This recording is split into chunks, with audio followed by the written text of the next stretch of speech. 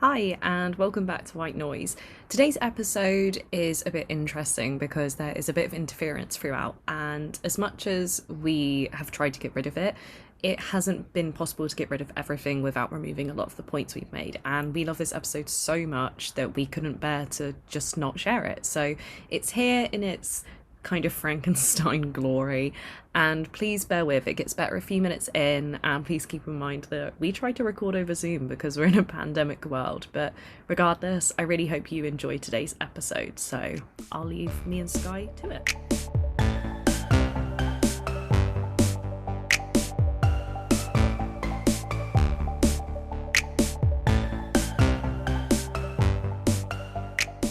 Welcome back to White Noise. Today we're going to be talking about modern day adaptations of like Shakespeare plays, classic literature. There's no particular rhyme or reason to this. It all started back in our Valentine's Day minisode, our first ever minisode, when Lyanna clued me in that Clueless was actually a modern day adaptation of Emma, because I was an idiot and I didn't know that. It was a very good little pun there. I don't know if it was intentional or not. It wasn't. I'm not that savvy. Unless I pre-write it, and I've not pre-written jokes. Maybe I should start doing that. That was pretty good off the bat. I'll give you that. Thank you. That first mini-sode feels like a lifetime ago, but it was really fun. Yeah, just Clueless is a personal favourite of mine. I'm really in shock that you didn't know that, in all honesty. I mean, in my defense, I've actually never read Emma. I think I might have explained this on the mini-sode as well, but I've never read Emma. So I couldn't pick up on any parallels between it. But then as soon as Lyanna explained it, I was like, oh, okay, that makes sense. And it was pretty cool, actually. You know, people always say that since Shakespeare, because Shakespeare's always the one people go back to, there's never been an original idea. Everything stemmed from him. But then at the same time, people have gone even further back and said that Shakespeare got his ideas from other people. Like one of the main modern day adaptations that I think everybody now knows about, even if you didn't know about it when you were a kid, is that The Lion King is based on Hamlet.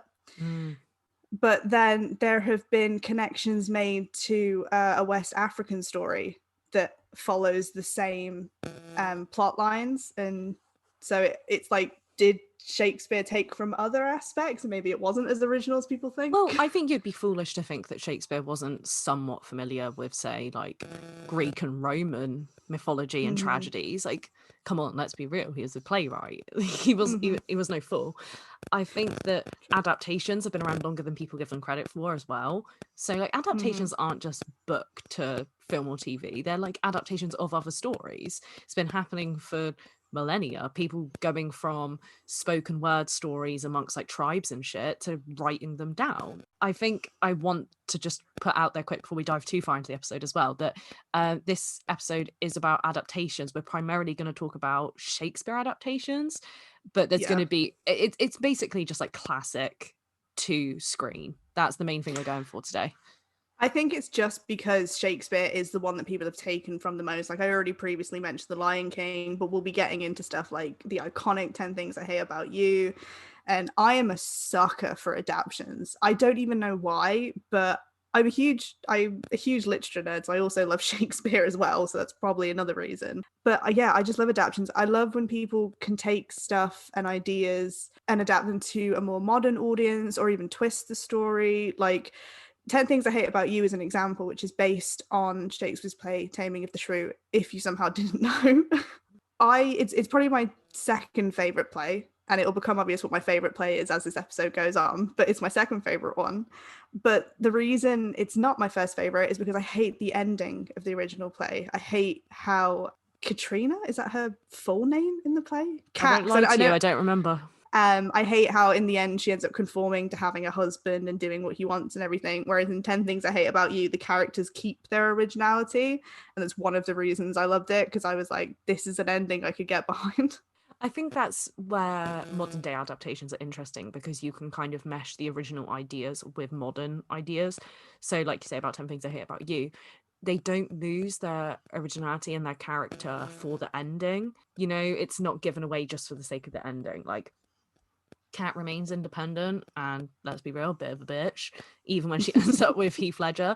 But like that wasn't possible back when the original was written, because back then, like, to go from, you know, a shrew to a married woman, you basically did change your entire identity. you Yeah, know, she couldn't have that have mesh, that yeah, blurring she of the couldn't have line. remained her own person. Yeah, exactly. It's true. It's cool to see, like, it's not just, oh, let's take the Shakespeare play and put it into a modern setting. It's like, no, let's literally see how this story would happen in this modern setting. I think it's really cool. I also love, it's just dawned on me that we're going to be using the term modern adaptation and modern settings a lot through this, but like a lot of the films we're talking about are from like the noughties. I mean, I think the most modern I can think of right now is probably the quote unquote modern day adaptation of Rebecca, even though I know it's not set in the modern day. I also know that it's a poor example of it, but it doesn't seem that people really do that anymore. Or am I completely wrong? The new West Side Story's coming out, but people see that as an I didn't know that. adaptation. Well, because it has Ansel Elgort in it, so Oh, yeah, okay. yeah, and it's directed by Steven Spielberg, so you know it's gonna be interesting. Okay. Let's put it like that. But yeah, people see that as an adaptation of West Side Story. They don't realize that West Side Story itself was an adaptation of something else. Yeah. Again, it's like when I watch these things and I think to myself, I'm like, oh, it's really obvious that it's an adaptation. But then is that just because I was a huge Shakespeare nerd? Is it because maybe I watched them when I was a little bit older, so I was able to grasp the concepts a bit more? Because you have other ones, like, to me, one of the most underrated adaptations is Warm Bodies, which is based on the same as West Side Story, on Romeo and Juliet.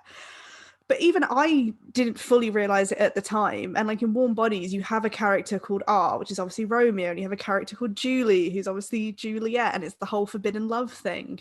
But then because of how influential Shakespeare has been throughout narratives and literature, it's like you could even convince yourself that maybe it's not based solely on R and J, it's just the whole forbidden love trope. You know, so sometimes you have to have it specifically said. You know, the intro to this has been a little bit all over the place, hopping from different films and different motifs and stuff. But I don't know, Lyanna, if there's a particular film you wanted to start with today to just get a little bit more into it. Well, I think the most obvious one is one you started out with, which is Emma. That one stands out like crazy if we're talking classics in general. Also stands out a lot simply because Anya Taylor-Joy is a very hot property at the moment. Emma did not come out that long ago, and it actually made a bigger impact than I ever expected, considering that it wasn't marketed as something separate like Clueless was. It literally was Emma. You know, it's Jane Austen's Emma. And it wasn't set in a different time. It wasn't set in a different place. It literally was in this right period. It was contemporary to when it was written. Period accurate costuming and everything like that. The dialogue was kept quite the same from what I can gather, because I haven't read Emma. I love the story. I know the story, but I've never actually read the novels. That's a bit embarrassing to admit. I haven't either, and I've also not seen the film, so don't worry, you're one ahead of me. Well, I've never seen the 90s one, the Gwyneth Paltrow one, and it seems like a lot of people prefer it to the new one. And I can't understand how. Like, maybe if you're one of those people that's like ride or die for 90s period romance, like there's so many of them, isn't there? Like they had a thing back then. I feel like they suddenly discovered like Austen's books and were like, you know what? I mean, for me, the only thing I can think to compare it to is the 90s version of Baz Luhrmann's version of Romeo and Juliet, and then the 1960s version. Yes. And the 1960s version was a lot more contemporary, and it was the same thing with Emma. It was like the period costume, the language. It was like 3 hours Even long the because it was the same ages length were more as the play. accurate. And it is, as much as I love the Baz Luhrmann one, because I do love Baz Luhrmann's take on films, I am a sucker for the 1960s version because I love the classicness of it. I need to watch it simply because it's like, you know, it's Italian and all that shit. Like, it's a classic. It's definitely, you need to put aside a whole afternoon for it, because it even has an interlude in the middle of the film, like it would in the play, because I'm pretty sure they don't cut out anything. I think it's line like page for line. Whoa. Yeah, everything in it. But I love it, and it's that film is the reason that I can quite pathetically quote a lot of Romeo and Juliet, is because I watched it so much. Oh, I just love Olivia Hussey. Like, I need to go back and watch it for Olivia Hussey. Like, I refuse to believe how young she was in that film. Insane. It's crazy. There's interviews of her smoking cigarettes talking about playing Juliet. It blows my mind. I'm pretty sure when the film came out, she was too young to go and see it. Probably. Because I think, you know, this is obviously when it goes into the territory of 60s films not having the same regulations as films as today have, but there is a scene in it where, because obviously in the narrative, Romeo and Juliet do complete their marriage vows, to put it delicately, and you don't see anything, but I'm sure she is nude in the scene, and obviously she was underage, so I'm sure that she was too young to even see her own film, which is I watched crazy. that classic interview with the cigarettes and such. She's so matter of fact when it comes to the nudity. That they were, oh, it's just more accurate. And she's like, yeah. She doesn't even question it at all. And I guess that's just because of like the time period and immersion into the work. That's a whole other topic. But like when we talk about like adaptions, it's so interesting to me to see how some people take it so literally. A perfect example of it, like there's a lot of stuff in there that you could have cut out, that Baz Luhrmann's version later on does cut out, because it's like it's not needed to understand the context. But I also think once you get to like 1996, which I think is when that one came out, I'm fully aware that Shakespeare was alive quite a while ago, but you get to the point where who doesn't know Romeo and Juliet? Like you can cut out, I think that's also why they got away with still keeping the original script within the movie, because everybody knew the story, everybody understood what was going on, so even if you couldn't follow the language, you were still able to follow it. Whereas knew the story, you could. Yeah, the 1960s version, arguably, I feel like maybe you have to be a bit of a diehard Shakespeare fan to be able to sit through it. But then it was a box office smash. Olivia Hussey and I forget his name. They become like overnight international sensations. That was like an insane success. I think maybe we take for granted that like people know Shakespeare now in the way they do. You know, like now we know it pretty much because of references and adaptions. I think back then people probably knew it because they'd actually seen the play or because they'd actually read the play, whereas like now, like we don't know it because we've seen that play. The only like the first time people get exposed to it is through English literature class, and that's in which is so UK. unfortunate. It is sad, but at the same time it's not what people want these days. Like even the 90s Baz Luhrmann version is outdated in quite a few ways. Like I love it, like I'm obsessed with that film. Like I had that phase that every person does on Tumblr, you know, like the MTV kind of vibes it gives. It's just it's a masterpiece. How can you not? But that film got away with it because of the visualness of it. Like not this whole episode isn't going to be us comparing the 60s to the 90s version of Romeo and Juliet, but I think with again the 60s version, to me the appeal came from I thought it was a beautiful film because of how accurate, I actually don't know how accurate the period clothes were, but I thought it was beautiful because of that. But then the Baz Luhrmann version, like you can even if you hate the way Shakespeare used to write, you can completely forgive it because of how visually astonishing Baz Luhrmann's version is and how nuanced some of, like, I know it's not all, I know a lot of it is in your face, but every so often you even get the subtle little background thing, like with the guns and the way it says like dagger and sword on the guns and the religious imagery. Like it's insane. It's fantastic. I think we're going to talk about a lot of adaptions, but if I'm going to be honest, like deep down in my heart, that remains the best adaptation I've ever seen.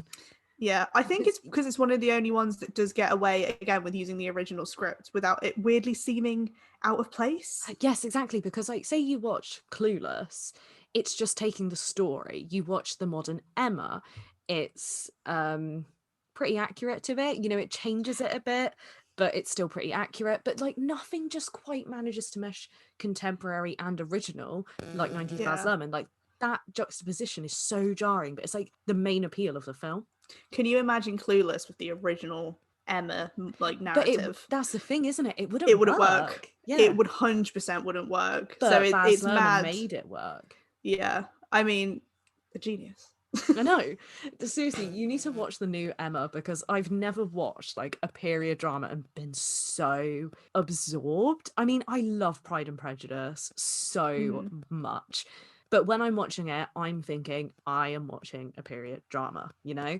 When I watch Emma, I don't even know, like Autumn de Wilde, right? The director, every single scene looks like a painting. And it just fits so well into like an Austen world. But because she uses this like pastel color palette, it feels contemporary in a way that like Joe Wright films like Pride and Prejudice and Atonement just don't. And I could talk about Emma for so long. And like Anya Taylor-Joy casting such a contemporary face to play Emma, to me is like the most genius move ever. I mean, to be honest, even without having seen it, like you have sold me on it. I will definitely put it on my next to watch list, because you are the one that got me to watch Pride and Prejudice, and I ended up loving that more than I thought I would. But it's so interesting to hear you say that, because like you look at stuff like the most modern adaptation of Rebecca, and that in comparison just completely missed the mark of like the original script. And not just because it was set, I mean, it was strange because it wasn't even set in modern times, but it was still set a little bit later. It felt than like people in modern times telling this story, and that's so like, Yeah. it's not a bad thing, but they made it a bad thing.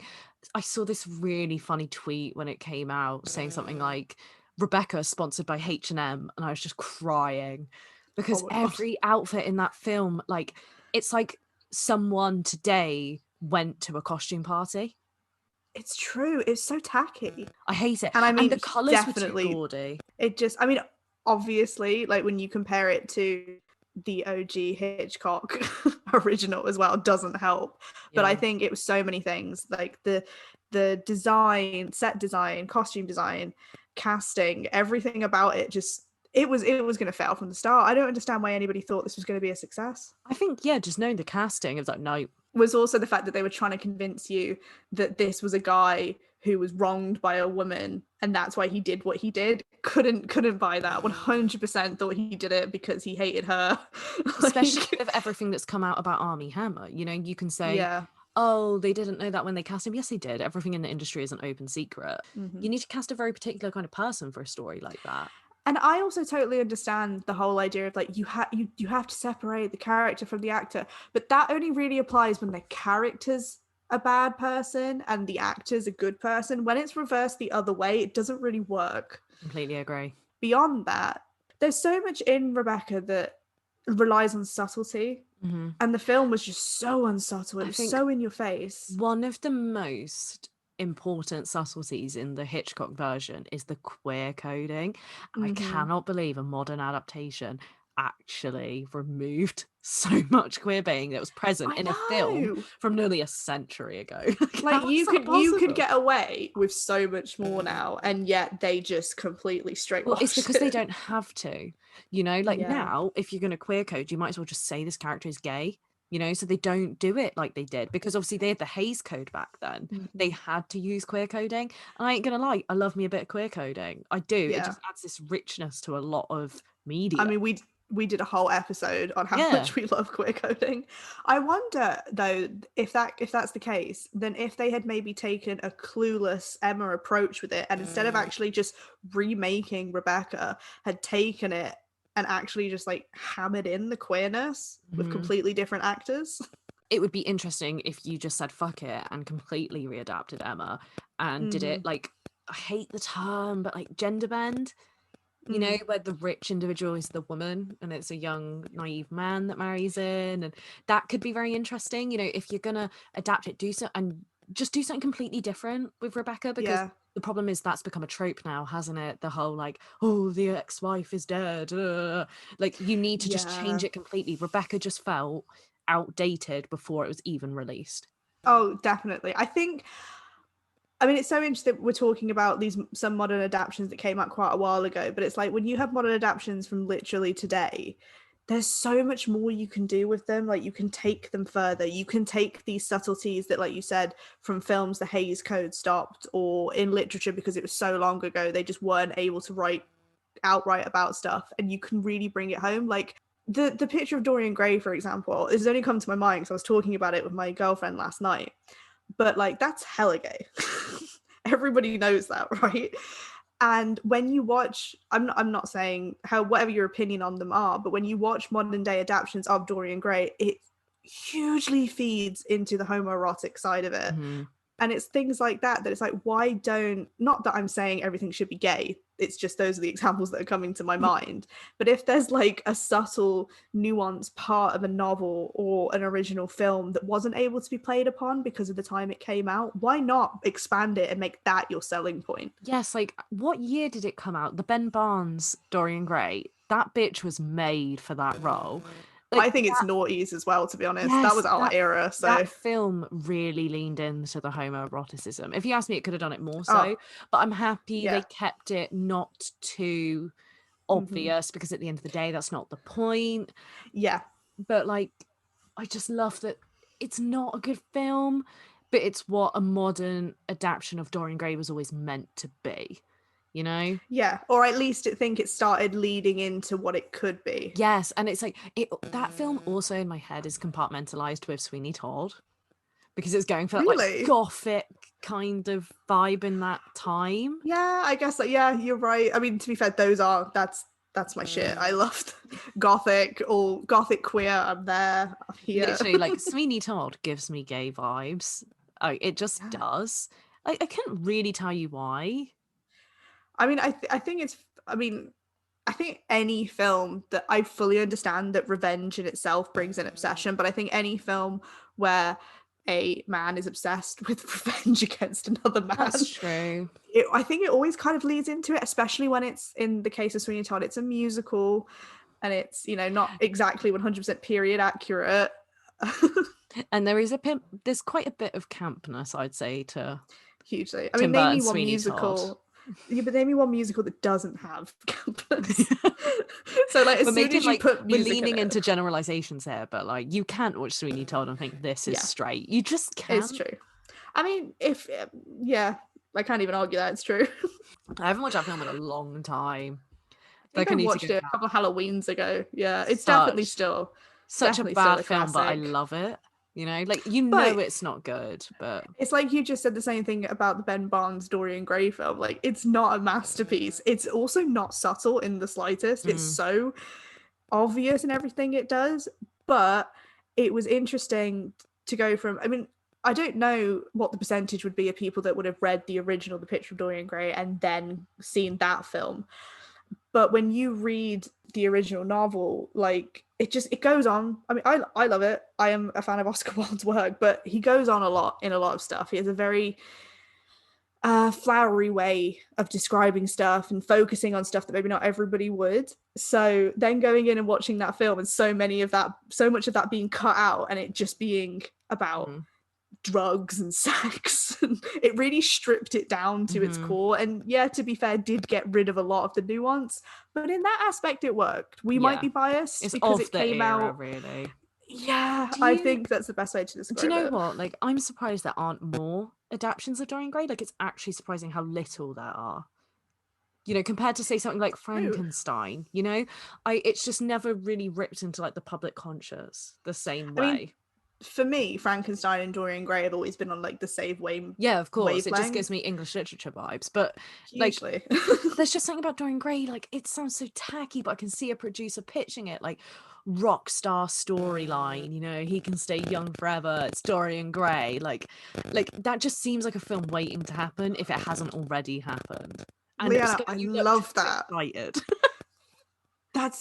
Okay, so anybody listening to this, if you're into film, or even Lyanna, please do this. Can you please make me a rock star version of Dorian Skye Gray? is about to open up the notepad and log into AO3.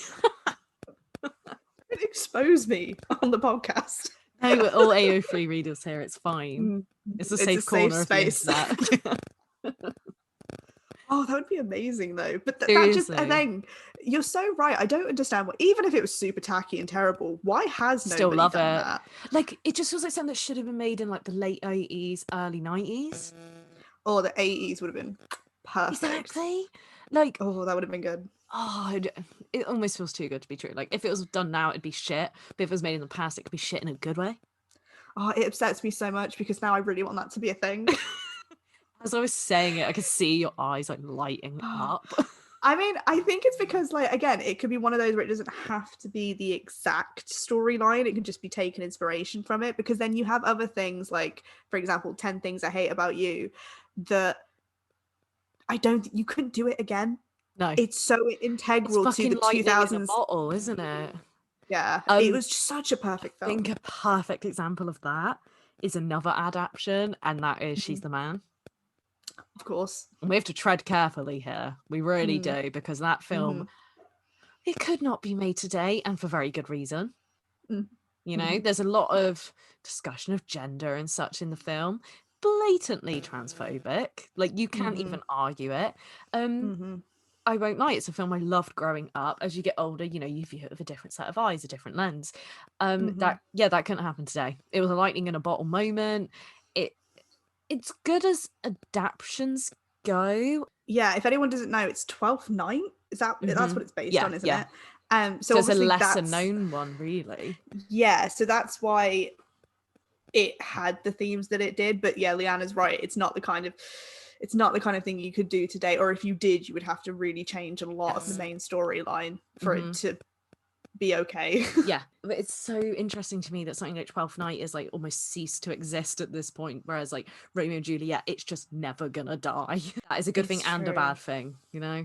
I mean, I wonder if it's because Romeo and Juliet is one of the easier ones to consume. It is. It's so easy. You don't have to wrestle with anything. I think of something like The Tempest. I think that's my personal favorite Shakespeare play. I love it, and I just don't really think about adaptions when I think of The Tempest. I just think of the original text. I can't actually think of any. I mean, we could be totally wrong, so please let us know. I'm sure they exist, but they just don't come to mind. Like, when I think of Romeo and Juliet, my brain immediately thinks Baz Luhrmann. I see Claire Danes, you know, I see Leo. Then, to be fair, it's like what we just said. Like, if you said to somebody, explain to me the plot of Romeo and Juliet, they could explain to me the plot of 12th Night.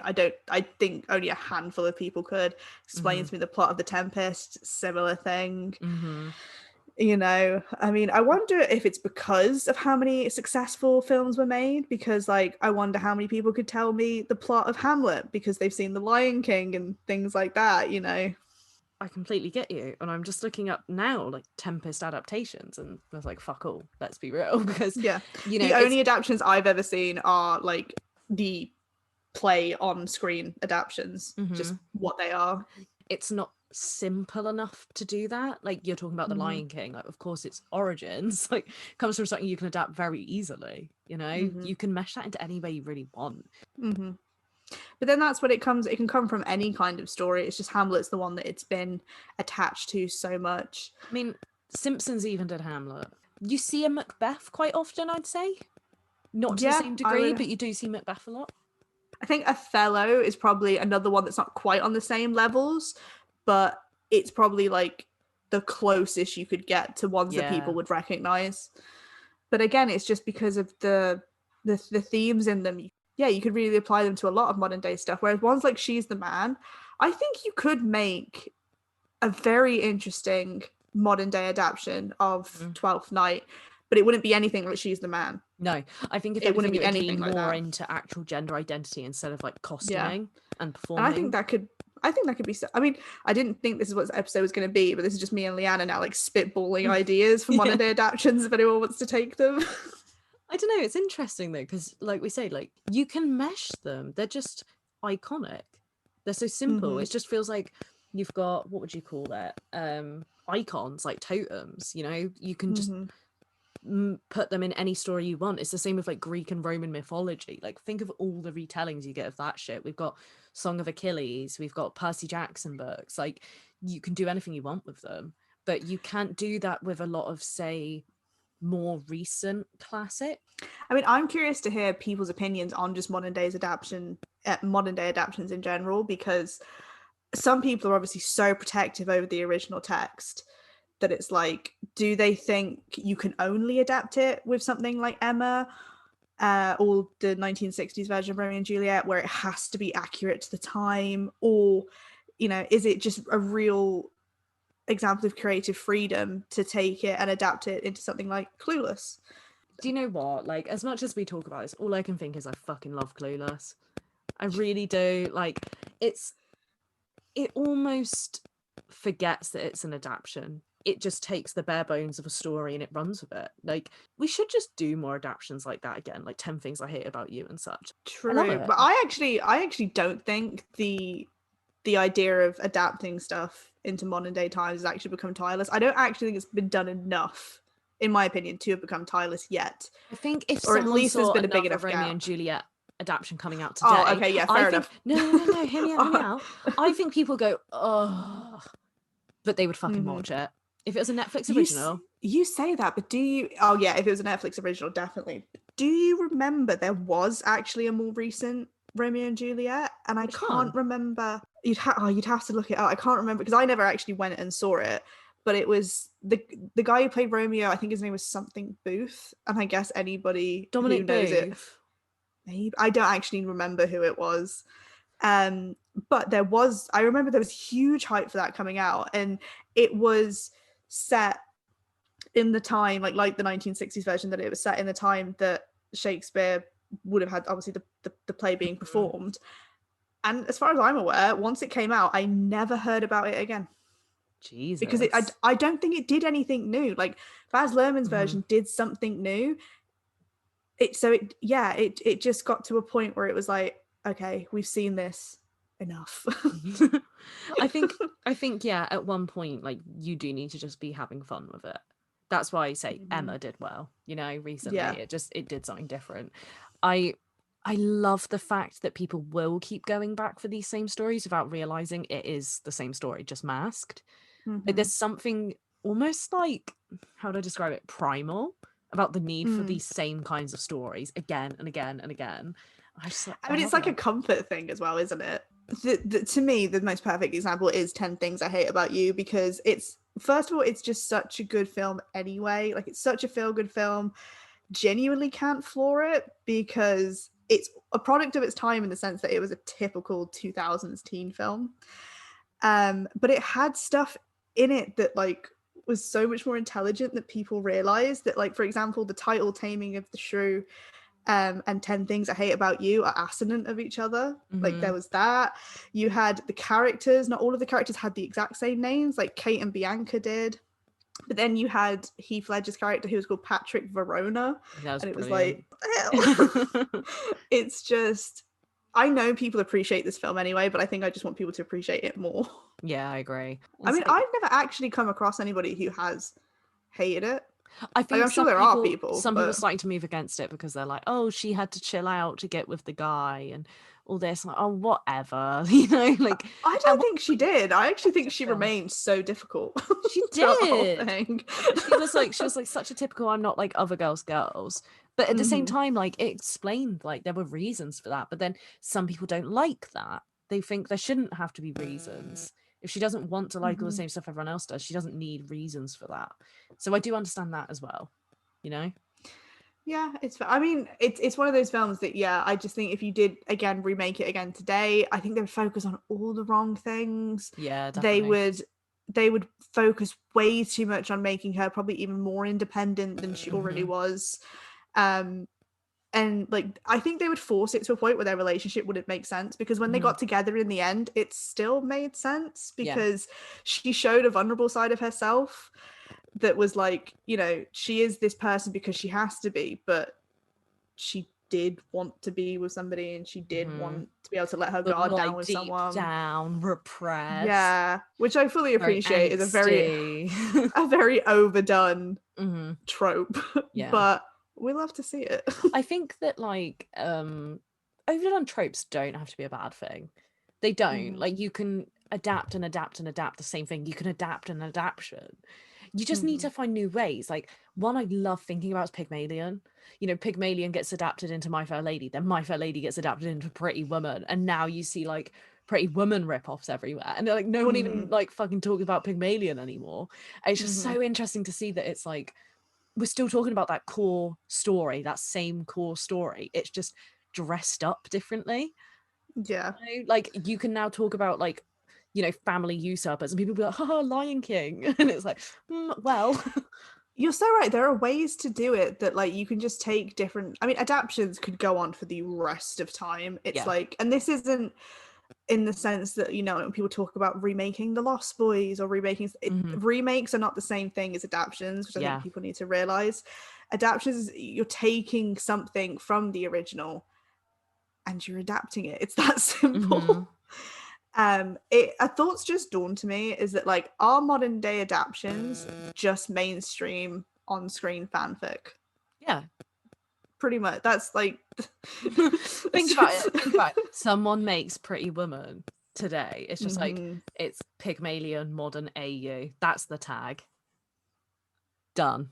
It's true. It's rich man in Beverly Hills, hooker on, what is it, like Radio Drive or some shit, and Yeah. they're like, let's smash them together, and it shouldn't work, and it kind of doesn't, but it does. But it does, yeah. And do you know what blows my mind? Do you know about the original Pretty Woman? Have you ever heard about it?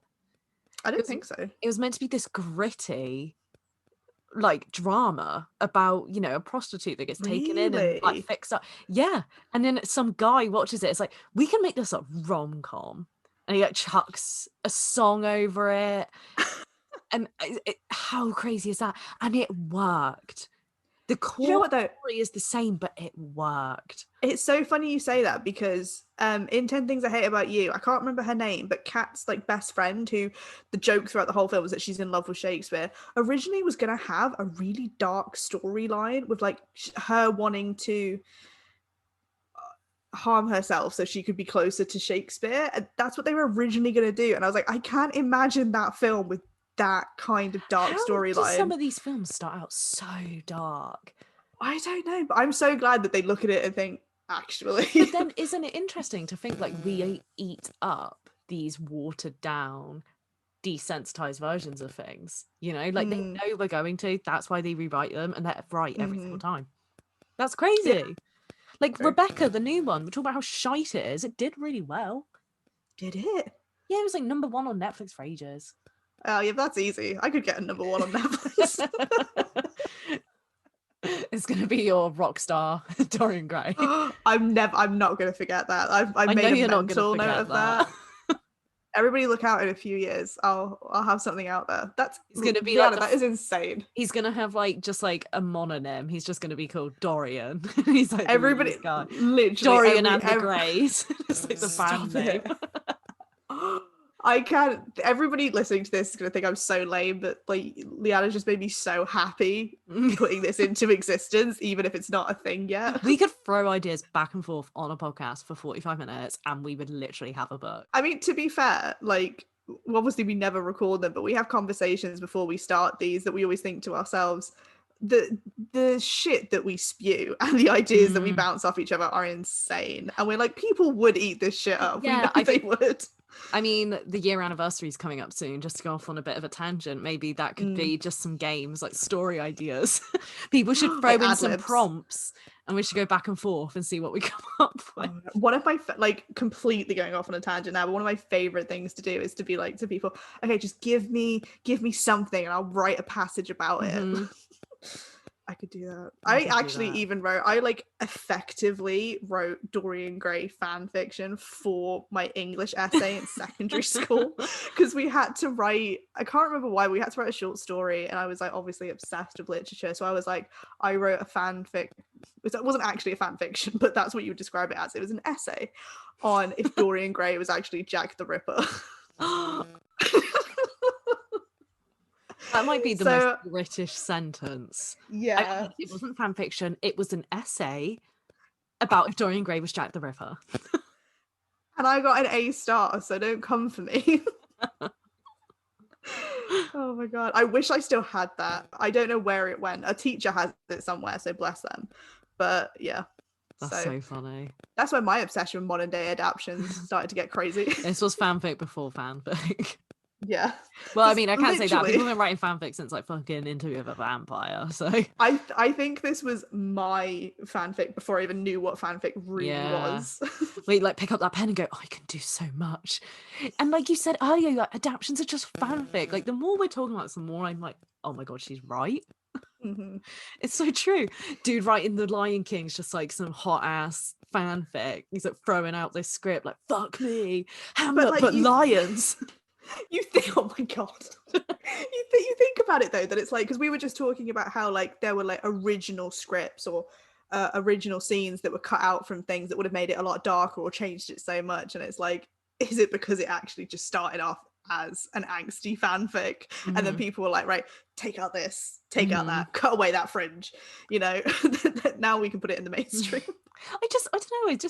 I think, like, what possesses someone to write these things? Seriously, what possessed someone to go, I am going to rewrite Hamlet as lions? Or what possessed someone to go, I'm going to rewrite Emma, but it's like Beverly Hills Teenage Girls? I mean, that one makes a bit more sense to me, don't get me wrong.